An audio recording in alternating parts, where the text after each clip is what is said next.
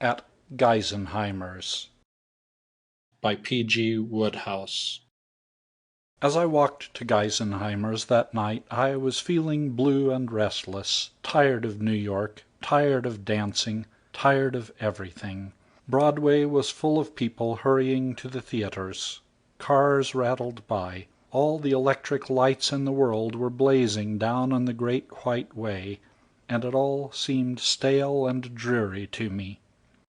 Geisenheimer's was full as usual. All the tables were occupied, and there were several couples already on the floor in the center. The band was playing Michigan. I want to go back, I want to go back to the place where I was born, far away from harm, with the milk pail on my arm.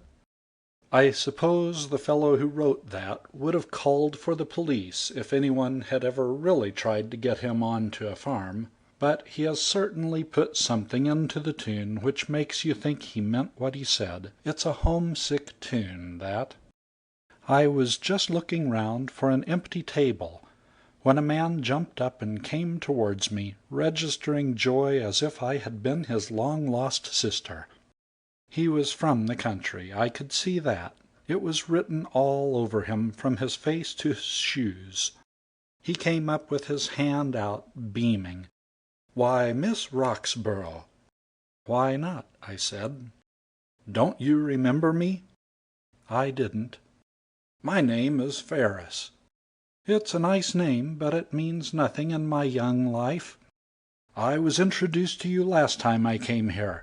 We danced together." This seemed to bear the stamp of truth. If he was introduced to me, he probably danced with me. It's what I'm at Geisenheimer's for. "When was it?" "A year ago, last April." You can't beat these rural charmers. They think New York is folded up and put away in camphor when they leave, and only taken out again when they pay their next visit. The notion that anything could possibly have happened since he was last in our midst to blur the memory of that happy evening had not occurred to Mr. Ferris. I suppose he was so accustomed to dating things from when I was in New York that he thought everybody else must do the same. "Why, sure, I remember you," I said. "Algernon Clarence, isn't it?" "Not Algernon Clarence. My name's Charlie." "My mistake. And what's the great scheme, Mr. Ferris? Do you want to dance with me again?" He did. So we started. Mine not to reason why, mine but to do and die, as the poem says. If an elephant had come into Geisenheimer's and asked me to dance, I'd have had to do it, and I'm not saying that Mr. Ferris wasn't the next thing to it. He was one of those earnest, persevering dancers, the kind that have taken 12 correspondence lessons.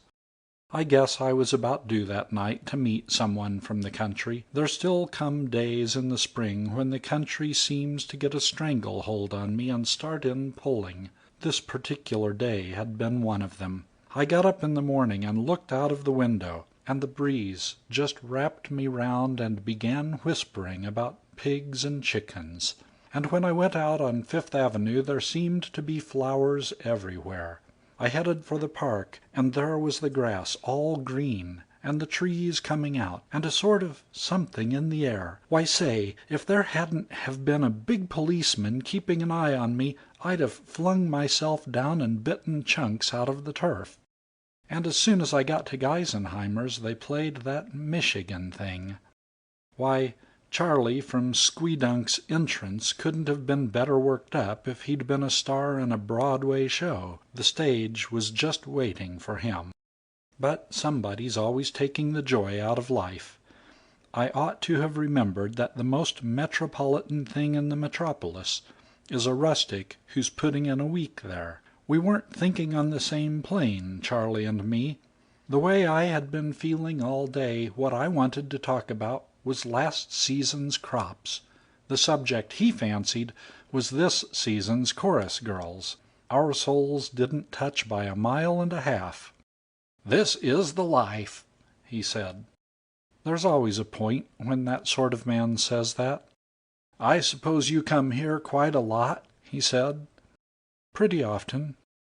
I didn't tell him that I came here every night, and that I came because I was paid for it. If you're a professional dancer at Geisenheimer's, you aren't supposed to advertise the fact. The management thinks that if you did, it might send the public away thinking too hard when they saw you win the great contest for the lovely silver cup which they offer later in the evening. Say, that lovely cup's a joke. I win it on Mondays, Wednesdays, and Fridays, and Mabel Francis wins it on Tuesdays, Thursdays, and Saturdays. It's all perfectly fair and square, of course. It's purely a matter of merit who wins the Loverly Cup. Anybody could win it, only somehow they don't, and the coincidence of the fact that Mabel and I always do has kind of got on the management's nerves, and they don't like us to tell people we're employed there. They prefer us to blush unseen. "It's a great place," said Mr. Ferris, "and New York's a great place. I'd like to live in New York." "The loss is ours. Why don't you?" "Some city, but Dad's dead now, and I've got the drugstore, you know." He spoke as if I ought to remember reading about it in the papers. "And I'm making good with it, what's more. I've got push and ideas. Say, I got married since I saw you last." "You did you?" I said. "Then what are you doing, may I ask, dancing on Broadway like a gay bachelor? I suppose you have left your wife at Hicks Corners singing 'Where is my wandering boy' tonight?" "Not Hicks Corners. Ashley, Maine. That's where I live. My wife comes from Rodney. Pardon me, I'm afraid I stepped on your foot." "My fault," I said. "I lost step. Well, I wonder you aren't ashamed even to think of your wife, when you've left her all alone out there while you come whooping it up in New York. Haven't you got any conscience?" "But I haven't left her. She's here." "In New York?" "In this restaurant. That's her up there." I looked up at the balcony. There was a face hanging over the red plush rail. It looked to me as if it had some hidden sorrow. I'd noticed it before when we were dancing around, and I had wondered what the trouble was. Now I began to see. "Why aren't you dancing with her and giving her a good time then?" I said. "Oh, she's having a good time." "She doesn't look it. She looks as if she would like to be down here treading the measure." "She doesn't dance much." "Don't you have dances at Ashley?" "It's different at home. She dances well enough for Ashley. But, well, this isn't Ashley." "I see. But you're not like that." He gave a kind of smirk. "Oh, I've been in New York before." I could have bitten him, the sawn-off little rube. It made me mad. He was ashamed to dance in public with his wife. Didn't think her good enough for him. So he had dumped her in a chair, given her a lemonade, and told her to be good, and then gone off to have a good time. They could have had me arrested for what I was thinking just then. The band began to play something else. "This is the life," said Mr. Ferris. "Let's do it again." "Let somebody else do it," I said. "I'm tired. I'll introduce you to some friends of mine." So I took him off and whisked him on to some girls I knew at one of the tables. "Shake hands with my friend Mr. Ferris," I said. "He wants to show you the latest steps. He does most of them on your feet." I could have betted on Charlie, the debonair pride of Ashley. Guess what he said? He said, "This is the life." And I left him and went up to the balcony. She was leaning with her elbows on the red plush, looking down on the dancing floor. They had just started another tune, and hubby was moving around with one of the girls I'd introduced him to. She didn't have to prove to me that she came from the country. I knew it. She was a little bit of a thing, old-fashioned looking. She was dressed in gray with white muslin collar and cuffs, and her hair done simple. She had a black hat. I kind of hovered for a while. It isn't the best thing I do, being shy. As a general thing, I'm more or less there with the nerve, but somehow I sort of hesitated to charge in. Then I braced up and made for the vacant chair. "I'll sit here if you don't mind," I said. She turned in a startled way. I could see she was wondering who I was and what right I had there, but wasn't certain whether it might not be city etiquette for strangers to come and dump themselves down and start chatting. "I've just been dancing with your husband," I said, to ease things along. "I saw you." She fixed me with a pair of big brown eyes. I took one look at them, and then I had to tell myself that it might be pleasant and a relief to my feelings to take something solid and heavy and drop it over the rail onto hubby, but the management wouldn't like it. That was how I felt about him just then. The poor kid was doing everything with those eyes except crying. She looked like a dog that's been kicked. She looked away and fiddled with the string of the electric lights. There was a hat pin lying on the table. She picked it up and began to dig at the red plush. "Ah, come on, sis," I said. "Tell me all about it." "I don't know what you mean." "You can't fool me. Tell me your troubles." "I don't know you." "You don't have to know a person to tell her your troubles. I sometimes tell mine to the cat that camps out on the wall opposite my room. What did you want to leave the country for, with summer coming on?" She didn't answer, but I could see it coming. So I sat still and waited, and presently she seemed to make up her mind that even if it was no business of mine, it would be a relief to talk about it. "We're on our honeymoon. Charlie wanted to come to New York. I didn't want to, but he was set on it. He's been here before." "So he told me." "He's wild about New York." "But you're not?" "I hate it." "Why?" She dug away at the red plush with the hat pin, picking out little bits and dropping them over the edge. I could see she was bracing herself to put me wise to the whole trouble. There's a time comes when things aren't going right, and you've had all you can stand, when you have got to tell somebody about it, no matter who it is. "I hate New York," she said, getting it out at last with a rush. "I'm scared of it. It isn't fair, Charlie bringing me here. I didn't want to come. I knew what would happen. I felt it all along." "What do you think will happen, then?" She must have picked away at least an inch of the red plush before she answered. It's lucky Jimmy, the balcony waiter, didn't see her. It would have broken his heart. He's as proud of that red plush as if he had paid for it himself. "When I first went to live at Rodney," she said, "2 years ago, we moved there from Illinois, there was a man there named Tyson, Jack Tyson. He lived all alone and didn't seem to want to know anyone. I couldn't understand it till somebody told me all about him. I can understand it now. Jack Tyson married a Rodney girl, and they come to New York for their honeymoon just like us. And when they got there, I guess she got to comparing him with the fellows she saw, and comparing the city with Rodney, and when she got home she just couldn't settle down." "Well?" "After they had been back in Rodney for a little while, she ran away. Back to the city, I guess." "I suppose he got a divorce."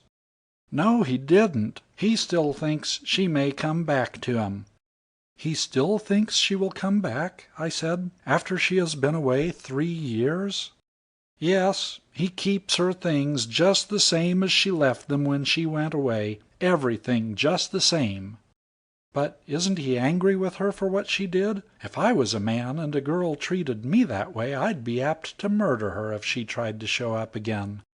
"He wouldn't, nor would I. If anything like that happened to me, I'd wait and go on hoping all the time, and I'd go down to the station to meet the train every afternoon, just like Jack Tyson." Something splashed on the tablecloth. It made me jump. "For goodness sake," I said, "what's your trouble? Brace up. I know it's a sad story, but it's not your funeral." "It is. It is. The same thing's going to happen to me." "Take a hold on yourself. Don't cry like that." "I can't help it. Oh, I knew it would happen. It's happening right now. Look at him." I glanced over the rail, and I saw what she meant. There was her Charlie dancing about all over the floor as if he had just discovered that he hadn't lived till then. I saw him say something to the girl he was dancing with. I wasn't near enough to hear it, but I bet it was, "This is the life." If I had been his wife in the same position as this kid, I guess I'd have felt as bad as she did, for if ever a man exhibited all the symptoms of incurable New Yorkitis, it was this Charlie Ferris. "I'm not like these New York girls," she choked. "I can't be smart. I don't want to be. I just want to live at home and be happy. I knew it would happen if we came to the city. He doesn't think me good enough for him. He looks down on me." "Pull yourself together." "And I do love him so." Goodness knows what I should have said if I could have thought of anything to say. But just then the music stopped, and somebody on the floor below began to speak. "Ladies and gentlemen," he said, "there will now take place our great number contest. This genuine sporting contest." It was Izzy Behrman making his nightly speech, introducing the Loverly Cup, and it meant that for me duty called. From where I sat I could see Izzy looking about the room, and I knew he was looking for me. It's the management's nightmare that one of these evenings Mabel or I won't show up, and somebody else will get away with the Loverly Cup. "Sorry, I've got to go," I said. "I have to be in this." And then, suddenly, I had the great idea. It came to me like a flash. I looked at her, crying there, and I looked over the rail at Charlie, the boy wonder, and I knew that this was where I got a stranglehold on my place in the Hall of Fame along with the great thinkers of the age. "Come on," I said. "Come along. Stop crying and powder your nose and get a move on. You're going to dance this." "But Charlie doesn't want to dance with me." "It may have escaped your notice," I said, "but your Charlie is not the only man in New York, or even in this restaurant. I'm going to dance with Charlie myself, and I'll introduce you to someone who can go through the movements. Listen.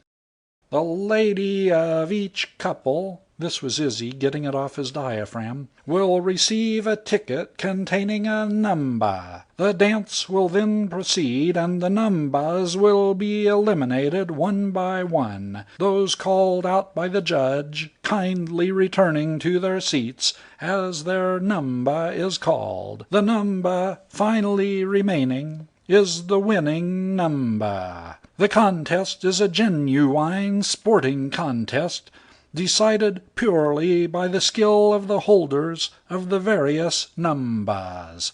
Izzy stopped blushing at the age of 6. "Will ladies now kindly step forward and receive their numbers? The winner, the holder of the number left on the floor when the other numbers have been eliminated." I could see Izzy getting more and more uneasy, wondering where on earth I'd got to. "Will receive this Loverly silver cup, presented by the management. Ladies will now kindly step forward and receive their numbers." I turned to Mrs. Charlie. "There," I said, "don't you want to win a Loverly silver cup?" "But I couldn't." "You never know your luck." "But it isn't luck. Didn't you hear him say it's a contest decided purely by skill?" "Well, try your skill, then." I felt as if I could have shaken her. "For goodness sake," I said, "show a little grit.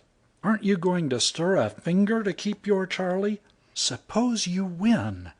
Think what that will mean. He will look up to you for the rest of your life. When he starts talking about New York, all you'll have to say is, 'New York? Ah, yes, that was the town I won that Loverly silver cup in, was it not?' And he'll drop as if you had hit him behind the ear with a sandbag. Pull yourself together and try." I saw those brown eyes of hers flash, and she said, "I'll try." "Good for you," I said. "Now you get those tears dried and fix yourself up, and I'll go down and get the tickets." Izzy was mighty relieved when I bore down on him. "Gee," he said, "I thought you had run away or was sick or something. Here's your ticket." "I want two, Izzy. One's for a friend of mine. And I say, Izzy, I'd take it as a personal favor if you would let her stop on the floor as one of the last two couples. There's a reason. She's a kid from the country, and she wants to make a hit." "Sure, that'll be all right. Here are the tickets. Yours is 36. Hers is 10. He lowered his voice. "Don't go mixing them." I went back to the balcony. On the way I got hold of Charlie. "We're dancing this together," I said. He grinned all across his face. I found Mrs. Charlie looking as if she had never shed a tear in her life. She certainly had pluck, that kid. "Come on," I said. "Stick to your ticket like wax, and watch your step." I guess you've seen these sporting contests at Geisenheimer's. Or if you haven't seen them at Geisenheimer's, you've seen them somewhere else. They're all the same. When we began, the floor was so crowded that there was hardly elbow room. Don't tell me there aren't any optimists nowadays.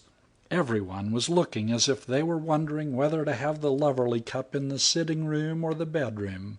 You never saw such a hopeful gang in your life. Presently Izzy gave tongue. The management expects him to be humorous on these occasions, so he did his best. "Numbers 7, 11, and 21 will kindly rejoin their sorrowing friends." This gave us a little more elbow room, and the band started again. A few minutes later, Izzy once more. "Numbers 13, 16, and 17, goodbye." Off we went again. "Number 12, we hate to part with you, but back to your table." A plump girl in a red hat, who had been dancing with a kind smile, as if she were doing it to amuse the children, left the floor. "Numbers 6, 15, and 20, thumbs down." And pretty soon the only couples left were Charlie and me, Mrs. Charlie and the fellow I'd introduced her to, and a bald-headed man and a girl in a white hat. He was one of your stick-at-it performers. He had been dancing all the evening. I had noticed him from the balcony. He looked like a hard-boiled egg from up there. He was a trier, all right, that fellow, and had things been otherwise, so to speak, I'd have been glad to see him win. But it was not to be. Ah, no. "Number 19, you're getting all flushed. Take a rest." So there it was, a straight contest between me and Charlie, and Mrs. Charlie and her man. Every nerve in my system was tingling with suspense and excitement, was it not? It was not. Charlie, as I've already hinted, was not a dancer who took much of his attention off his feet while in action. He was there to do his darndest, not to inspect objects of interest by the wayside. The correspondence college he'd attended doesn't guarantee you to do two things at once. It won't bind itself to teach you to look round the room while you're dancing. So Charlie hadn't the least suspicion of the state of the drama. He was breathing heavily down my neck in a determined sort of way, with his eyes glued to the floor. All he knew was that the competition had thinned out a bit, and the honor of Ashley, Maine, was in his hands. You know how the public begins to sit up and take notice when these dance contests have been narrowed down to two couples? There are evenings when I quite forget myself, when I'm one of the last two left in, and get all excited. There's a sort of hum in the air, and as you go round the room people at the tables start applauding. Why, if you didn't know about the inner workings of the thing, you'd be all of a twitter. It didn't take my practiced ear long to discover that it wasn't me and Charlie that the great public was cheering for. We would go round the floor without getting a hand, and every time Mrs. Charlie and her guy got to a corner, there was a noise like election night. She sure had made a hit. I took a look at her across the floor, and I didn't wonder. She was a different kid from what she'd been upstairs. I never saw anybody look so happy and pleased with herself. Her eyes were like lamps, and her cheeks all pink, and she was going at it like a champion. I knew what had made a hit with the people. It was the look of her. She made you think of fresh milk and new-laid eggs and birds singing. To see her was like getting away to the country in August. It's funny about people who live in the city. They chuck out their chests and talk about little old New York being good enough for them, and there's a street in heaven they call Broadway, and all the rest of it. But it seems to me that what they really live for is that 3 weeks in the summer when they get away into the country. I knew exactly why they were cheering so hard for Mrs. Charlie.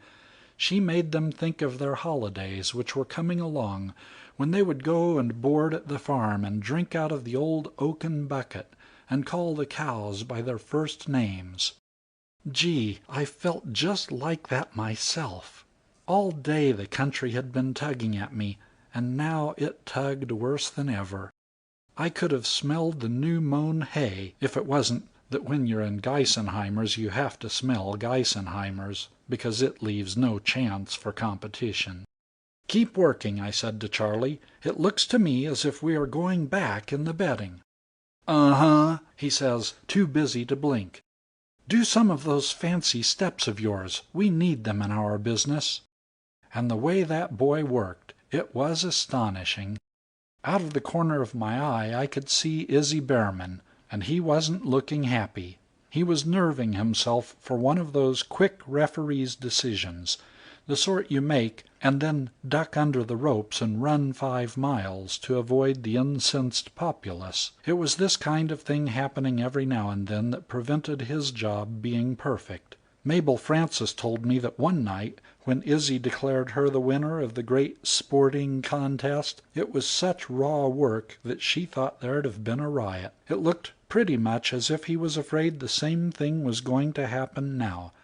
There wasn't a doubt which of us 2 couples was the one that the customers wanted to see win that loverly silver cup. It was a walkover for Mrs. Charlie, and Charlie and I were simply among those present.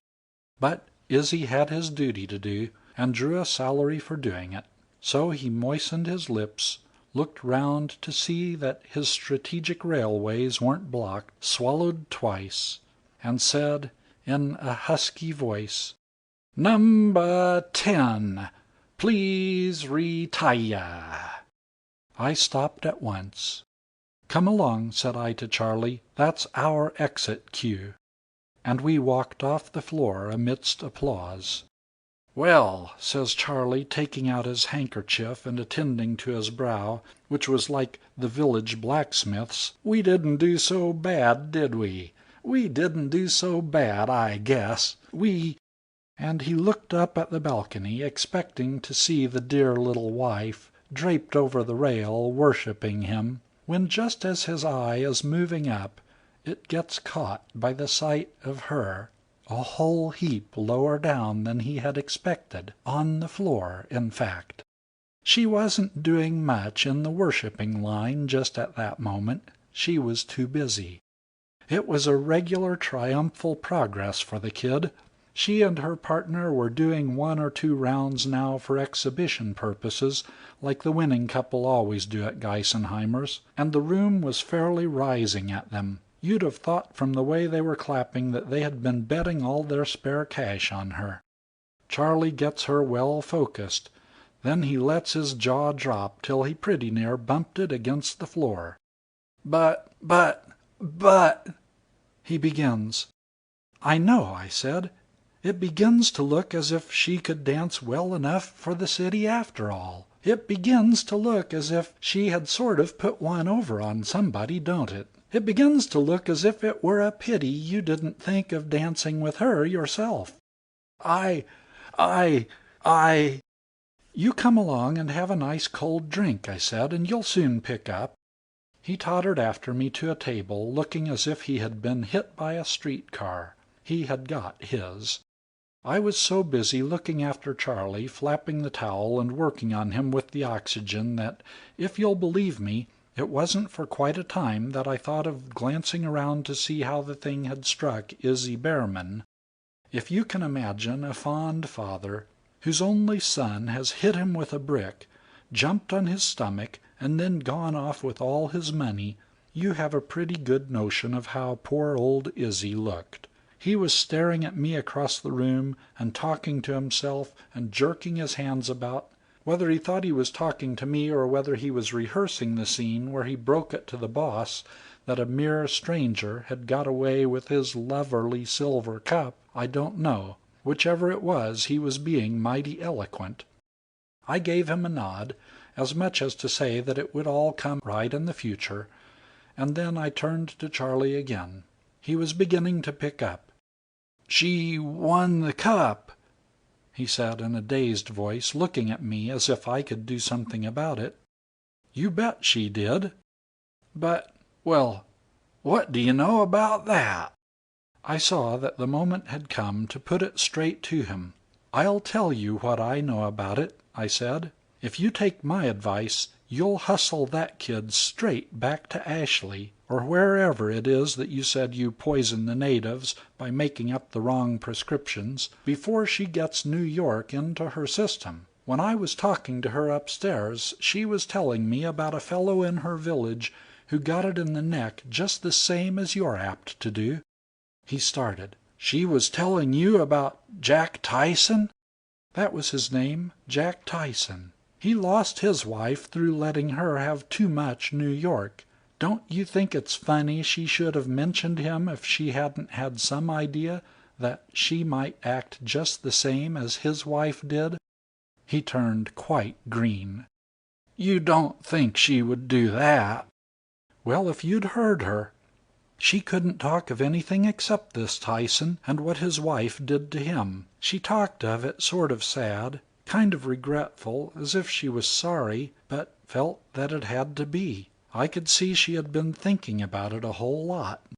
Charlie stiffened in his seat and then began to melt with pure fright. He took up his empty glass with a shaking hand and drank a long drink out of it. It didn't take much observation to see that he had had the jolt he wanted, and was going to be a whole heap less jaunty and metropolitan from now on. In fact, the way he looked, I should say he had finished with metropolitan jauntiness for the rest of his life.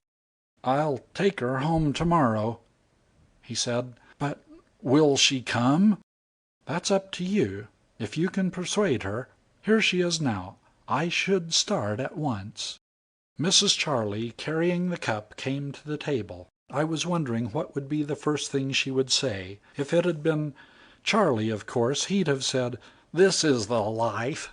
But I looked for something snappier from her. If I had been in her place, there were at least 10 things I should have thought of to say, each nastier than the other. She sat down and put the cup on the table. Then she gave the cup a long look. Then she drew a deep breath. Then she looked at Charlie. "Oh, Charlie, dear," she said, "I do wish I'd been dancing with you." Well, I'm not sure that wasn't just as good as anything I could have said. Charlie got right off the mark. After what I had told him, he wasn't wasting any time. "Darling," he said humbly, "you're a wonder. What will they say about this at home?" He did pause here for a moment, for it took nerve to say it, but then he went right on. "Mary, how would it be if we went home right away, first train tomorrow, and showed it to them?" "Oh, Charlie," she said. His face lit up as if somebody had pulled a switch. "You will? You don't want to stop on? You aren't wild about New York?" "If there was a train," she said, "I'd start tonight. But I thought you loved the city so, Charlie." He gave a kind of shiver. "I never want to see it again in my life," he said. "You'll excuse me," I said, getting up. "I think there's a friend of mine wants to speak to me." And I crossed over to where Izzy had been standing for the last 5 minutes, making signals to me with his eyebrows. You couldn't have called Izzy coherent at first. He certainly had trouble with his vocal cords, poor fellow. There was one of those African explorer men used to come to Geisenheimer's a lot when he was home from roaming the trackless desert, and he used to tell me about tribes he had met who didn't use real words at all, but talked to one another in clicks and gurgles. He imitated some of their chatter one night to amuse me, And believe me, Izzy Behrman started talking the same language now, only he didn't do it to amuse me. He was like one of those gramophone records when it's getting into its stride. "Be calm, Isidore," I said. "Something is troubling you. Tell me all about it." He clicked some more, and then he got it out. "Say, are you crazy? What did you do it for? Didn't I tell you as plain as I could? Didn't I say it 20 times when you came for the tickets that yours was 36? "Didn't you say my friend's was 36? "Are you deaf? I said hers was 10. "Then," I said handsomely, "say no more. The mistake was mine. It begins to look as if I must have got them mixed." He did a few Swedish exercises. "Say no more? That's good. That's great. You've got nerve, I'll say that." "It was a lucky mistake, Izzy. It saved your life. The people would have lynched you if you had given me the cup. They were solid for her."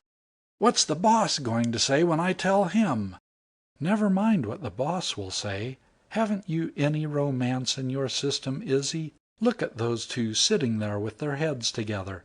Isn't it worth a silver cup to have made them happy for life? They're on their honeymoon, Isidore. Tell the boss exactly how it happened, and say that I thought it was up to Geisenheimers to give them a wedding present." He clicked for a spell. "Ah," he said, "ah, now you've done it. Now you've given yourself away. You did it on purpose. You mixed those tickets on purpose. I thought as much. Say, who do you think you are, doing this sort of thing? Don't you know that professional dancers are 3 for 10 cents? I could go out right now and whistle and get a dozen girls for your job. The boss'll sack you just 1 minute after I tell him." "No, he won't, Izzy, because I'm going to resign." "You'd better." "That's what I think. I'm sick of this place, Izzy. I'm sick of dancing. I'm sick of New York. I'm sick of everything. I'm going back to the country. I thought I had got the pigs and chickens clear out of my system, but I hadn't. I've suspected it for a long, long time, and tonight I know it. Tell the boss, with my love, that I'm sorry, but it had to be done, and if he wants to talk back he must do it by letter. Mrs. John Tyson, Rodney, Maine, is the address."